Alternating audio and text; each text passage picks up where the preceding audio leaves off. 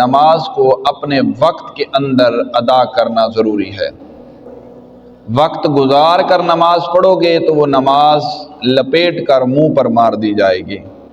نماز اکیلے بھی پڑھی جا سکتی ہے، نماز اجتماعی طور پر باجماعت بھی پڑھی جا سکتی ہے۔ اکیلے میں نماز پڑھنی ہے تو اسے رب ذوالجلال کی پڑھنی ہے، نماز جماعت کے اندر شامل ہو کر پڑھنی ہے تو پھر بھی بندگی اسی خدا وحدہ لا شریک کی کرنی ہے۔ اکیلے میں پڑھو گے اس کا اجر و ثواب اور ہے، جماعت کے ساتھ پڑھو گے اس کا اجر و ثواب کچھ اور ہے۔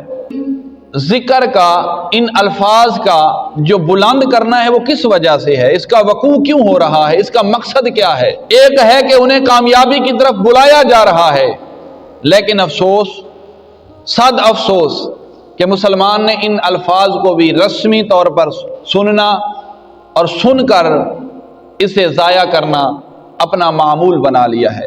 کہ آج کا مسلمان نماز جمعہ کو اتنا ہلکا جانتا ہے کہ اپنے روزمرہ مشغولیت میں اس قدر اس دن کو ضائع کر دیتا ہے۔ نماز تو پہلے سے یاد نہ تھی، لیکن ہفتہ میں ایک دن نماز جمعہ کا ایسا تھا کہ جو بہت ہی اہمیت و افادیت و فضیلت و کمال کا دن تھا، لیکن آج کے مسلمان نے اپنے دنیاوی معاملات میں اور اس ظاہری خوشی کو دیکھتے ہوئے،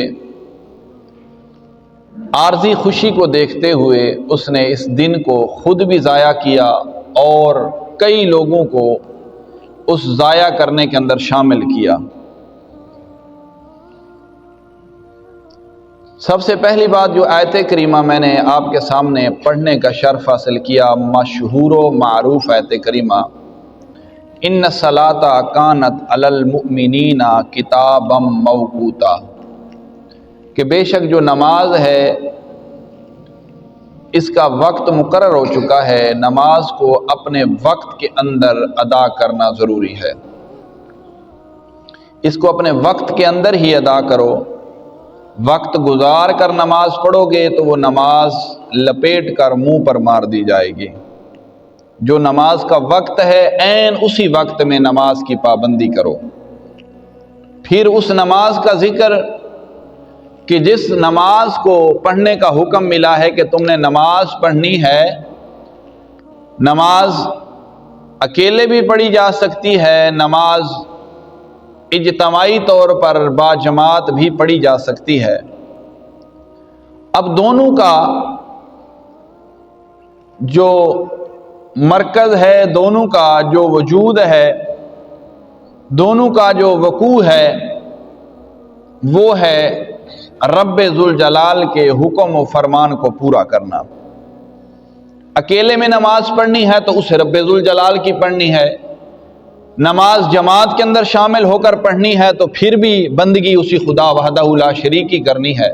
لیکن اس نماز کے پڑھنے کے اندر بھی فرق ہے، اکیلے میں پڑھو گے اس کا اجر و ثواب اور ہے، جماعت کے ساتھ پڑھو گے اس کا اجر و ثواب کچھ اور ہے۔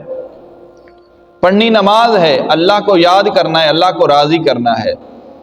پھر اس نماز کے اندر جو اس کے قبل جو اذان پڑھی جاتی ہے، اس کے جو الفاظ ہیں، اللہ اکبر اللہ اکبر اللہ اکبر اللہ اکبر، اب اس کی صدا لگانے والا مؤذن در اصل و در حقیقت ان الفاظ کا جو مقصد ہے وہ کیا ہے؟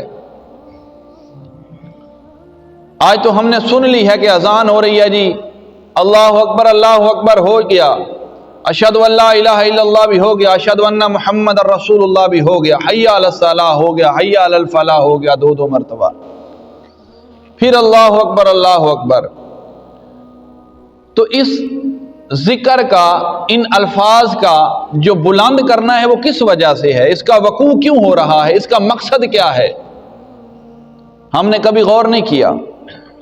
اس کا بھی کوئی مقصد ہے، ایک گواہی دی جا رہی ہے، ایک اللہ کے نبی علیہ الصلوۃ والسلام کو نبی ماننے کا اقرار کیا جا رہا ہے، ایک اس خدا وحدہ لا شریک کو الہ مانتے ہوئے اقرار کیا جا رہا ہے، ایک ہے کہ ان لوگوں کو نماز کی طرف بلایا جا رہا ہے، ایک ہے کہ انہیں کامیابی کی طرف بلایا جا رہا ہے۔ لیکن افسوس، صد افسوس کہ مسلمان نے ان الفاظ کو بھی رسمی طور پر سننا اور سن کر اسے ضائع کرنا اپنا معمول بنا لیا ہے۔